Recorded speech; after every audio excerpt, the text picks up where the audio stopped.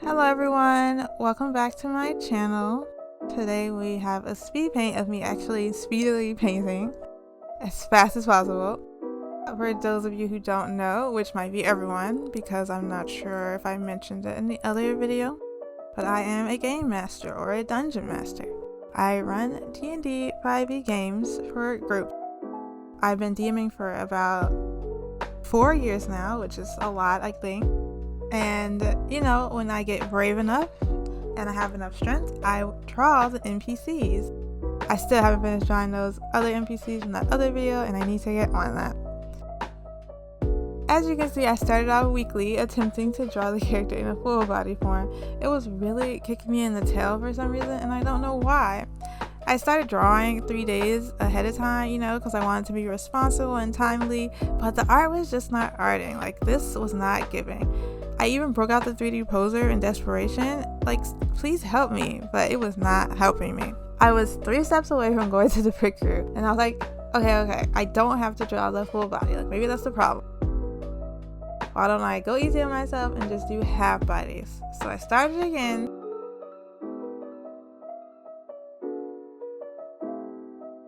The catch was that the game was the next day. It was 11 p.m. and I was like, oh my god, am I going to be able to have all 5 of the NPCs by the game tomorrow night? So I was in a moment of panic. That's when I was like, I need to super speed draw, super fast. No one can stop me. So I started on the half body at 11 p.m. This character is the paladin. I have a couple characters that I needed to draw, and he's supposed to represent stars and represent the homebrew god of this campaign. Now I just need to draw 4 more characters as it is. It's needless to say that as soon as I finished the lines for this, I went to sleep. I fell asleep on my iPad like it was nobody's business. Okay, so bam, I'm back at it the next day. It's 10 a.m. Going at the speed of sound for real now. Like, I thought I was going speedy the day before. I'm going speedy right now. I'm desperate. I'm having visions of just going to picture again. Like, how am I going to do 4 more characters? Skip the sketching, go straight to line art, and just like erase and fix things. I wanted it to reflect their characters, but also these characters are meant to reflect the main players and the team. They're kind of like mirrors or foils, so that's what they are, and they're also supposed to be helpful allies if the team accepts them. I had started out with the paladin. He's a full believer of the star god that's in the game, and I wanted to make sure that he showed a softness to his design, but also shows a dedication to the stars. Nothing can move him from his goal. He represents like the dedicated character in the game, the dedicated player who only has like one goal in his mind. So this character like mirrors that by being hard locked on what he's doing and no one can stop him, only seeing ahead, which is blinding him from things that are right in front of him. Then we have the rogue / artificer. This one represents just like a stubbornness, a little bit of selfishness for one of the players. She's rough around the edges. She ran away from like the responsibilities of her family life and from her family because she wants to do her own thing. Her family wasn't great. They didn't treat her right. She's a free, on the road, loose kind of gal. So I wanted to make sure to capture that. But she cares deep down about people and about her team, so I wanted to show that too. However, when we get to her colors, you'll see that it was giving me the work.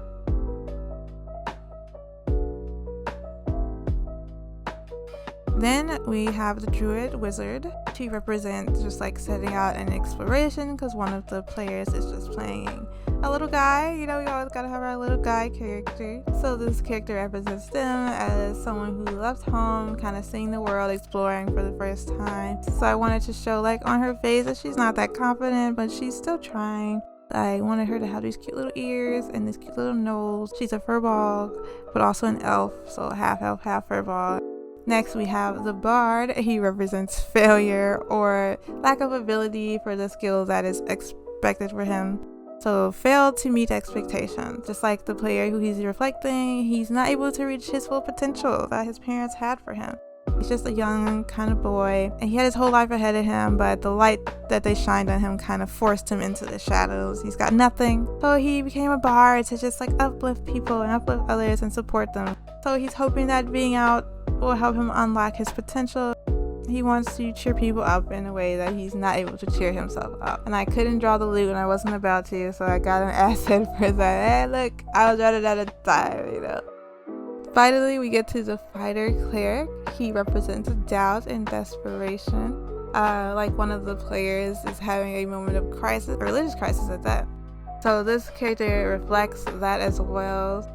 This fighter / cleric, he loves the star god and he wants to give his all to the star god like the paladin does, but he's torn because he actually likes the paladin, and it's like, oh, should I give all my love to the skies or should I give it to the paladin? I wanted to include a lot more star symbols on his design because he's actually powered by the star god, so his life really depends on the star god, and that's why he's in conflict. I did want him to have like really big, kind of wide, curious eyes because his int stat's not that great. But he's just, you know, he's kind, he's just confused and like conflicted. We finally get to coloring. By this time, I was on the brink of tears. It was noon. The game was going to start at 6. Less than 6 hours to accomplish this. And I didn't have like all of the 6 hours either because I needed to still put the maps down in the virtual tabletop. I know. I was really on my slack that day. I was hoping that the colors would be nice to me, but me and color theory always are tussling. As I've said before, I'm like a black and white artist, so I'm only now getting into color. I say that, but like I have a lot of color stuff, right? I started with Soban's colors, thinking of the stars, blues and whites, yellows and pinks, thinking of the color palette of the god, because the god is in the game. I wanted to make sure that they didn't have too bright of a color palette because they do live in a dark and dangerous place, so bright colors would just attract, you know, ghosts and ghouls to them. I didn't want that, so I made sure to keep it dark with like some light elements to it. Since Soban is powered by the god, I wanted some of the star details painted into his skin to show that the power is like flowing through him, the light coursing through him. But I didn't want to overdo it, because especially since I was on a time crunch and I didn't want to be drawing a lot of lines. Like, no, thank you. Just do what we can. Then my Apple Pen died. I was too overwhelmed to stop then, given that I come so far. So I kind of half colored the bar using my finger. And I was like, okay, I'll get back to that. I couldn't get into the crevices and smaller spots, which was frustrating. But again, I just spin back when the pen was ready. I moved on to the paladin, still with my finger, and put down as much color as I could, but of course it was a battle. I kept on hitting the line, you know, when you do that, the color just feels everywhere, and I was like, oh. And then the second hurdle was what color did I want the hair to be, because I wanted it to be a dark color like the sky, but I wasn't sure if I wanted a dark as in black or a darker purple. I wound up choosing the darker purple. I then was like, should I have like an accent color in the hair, like some purples? And I tried that out and I was like, one is enough, yeah. I was still sticking to the stars and night theme for the outfit, so I was like dark blues and light yellows. And I just really like how his outfit came out. I think it really speaks to me as like paladin and just like dedicated to the stars. I really love the way his outfit came out, like the colors and stuff. Yes, okay, I get it. Finally, my pen was back and I could continue. I went back to the bar and added in all the extra details and the shading and the highlights. I made sure to put the plaid on his shirt and make the overalls brown. I wanted him to have some flair to him to like show, you know, he's trying to find himself and he's still like a fun guy. So I made the ear cuff pink. I thought it was cute. I did debate changing it to silver or blue because it didn't seem like it matched, but I was like, no. This helps him stand out and just kind of like gives him a little bit of something. After that, the rogue, the colors was beating me up. I wasn't sure if I wanted her to have an adventurous hair color or not. You know, I tend to do dark browns and reds for the hair of my characters. It's just something I do. And this time I was like, please don't make another red hair character. But I liked the way the red looked on her, so I did it anyway. Oh well. Then I was like, okay, she has a lot of browns and stuff, so I can't make her outfit too brown. But I didn't want it to be like a bright color either because she's a rogue. What is she doing in a bright color outfit? So I was like, okay, if it's not too gaudy of a yellow, it'll be fine. And I think she looks really cool in her jacket. I gave her a blue earring as like a little pop of color. Finally, we get to the druid / wizard. I knew it was going to be green for the start. I was bursting in confidence. I wasn't worried about anything. You all know I have a lot of great characters, so I was like, mwah. Not worried at all. I knew that center brown was going to hold it together and all was going to be well. My main concern was the time because it was 2 o'clock by then and I had other stuff to do. So I got all the shading and the highlights together and I was finally done. Yes. I arranged the characters in a line and saved pictures of them separately as well. They were ready for the tabletop at last. Let's go.